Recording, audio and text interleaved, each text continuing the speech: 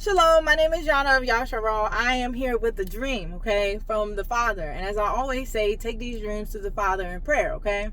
All right, I'm going to get right into it. Pay attention, okay? Praise Yahuah, thank you. So in this dream, I was in a school, like I had just arrived there, okay? It's always a school, y'all. It's not always a school, but it's a lot of times it's a school.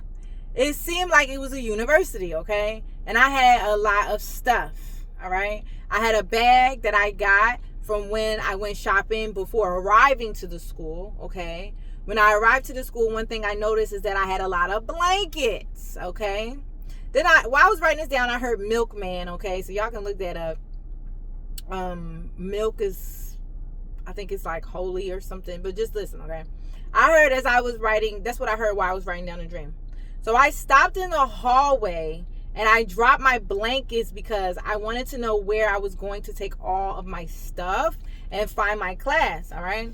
So while I was on my way to the class, I saw T.D. Jakes, pay attention, standing in the hallway. In the doorway of the hall, right? He was like looking at my stuff, okay?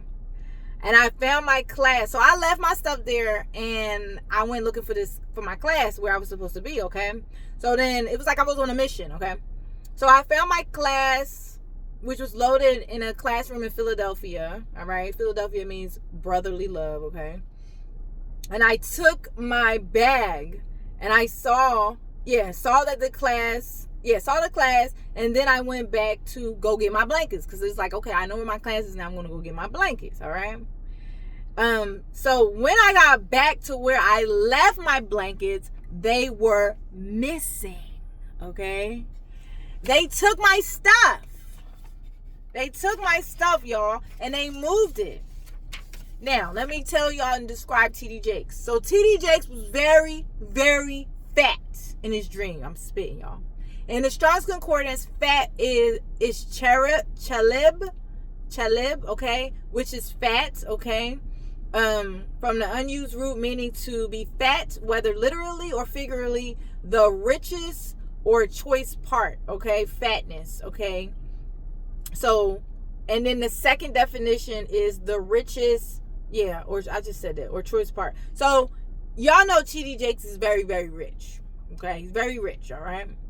So then I remember by the Ruach, I was reminded by the Ruach of the scripture when I was writing down, like typing the dream when I woke up. This is the scripture in Matthew 6:24. It says, "No man can serve two masters, for either he will hate the one and love the other, or else he will hold to the one and despise the other. You cannot serve Yahuah and money." All right, that's literally what I heard the Ruach say when I was writing this dream down. Back to the dream, y'all. He and Joel Olsteen were in my dream. T.D. Jakes and Joel Olsteen were in my dream, and they were in charge of the school, okay? But they were not liked much in the school. Now, all right, listen to this part, because this is like the coolest part. There was a janitor in my dream, okay? And he was a Hebrew man, maybe in his 50s or something like that. He was a little older. He was a Hebrew man who was cleaning the floors. So as I'm going through, looking for my classroom and looking for my stuff, I keep going past this Hebrew man, okay? So he says to me as I was walking through the halls trying to get my stuff that they moved. He says, "Did the head man get paid yet?" Now, I didn't know what he was talking about. The first time I heard him say that, I didn't know what he was talking about. So I kept on my mission, okay? Then later in the dream, as I walked past him, he was still cleaning, and he said to me, he was referring to Joel Olsteen. He said, "I know he's not going to get paid because I write up the papers." He was still sweeping and cleaning. He said that. I'm going to say it again. "I know he's not going to get paid because I write up the papers." All right?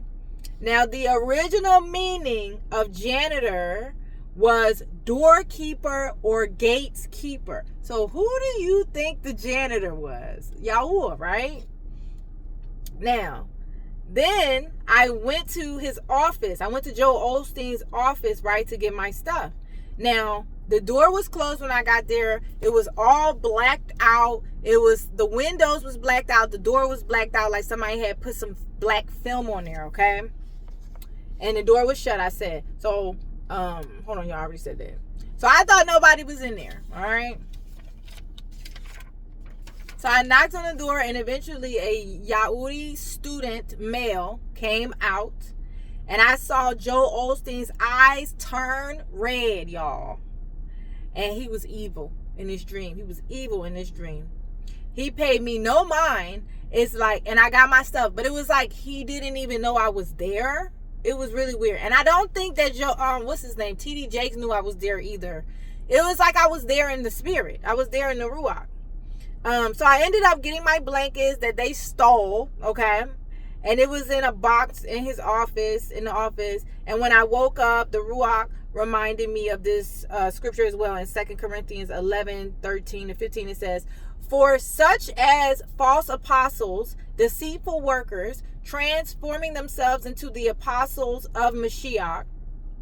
And no marvel, no wonder, for Satan himself is transformed into an angel of light. Therefore, it is no great thing if his ministers also be transformed as the ministers of righteousness," okay? "Whose end shall be according to their works." So, hold on, y'all. I ain't even done. Stop following.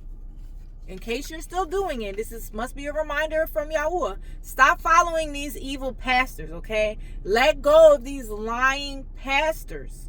You can't learn anything from them. You cannot trust them. Joe Olsteen was hiding something in that dream. And these pastors worship money, not Yahuah, okay?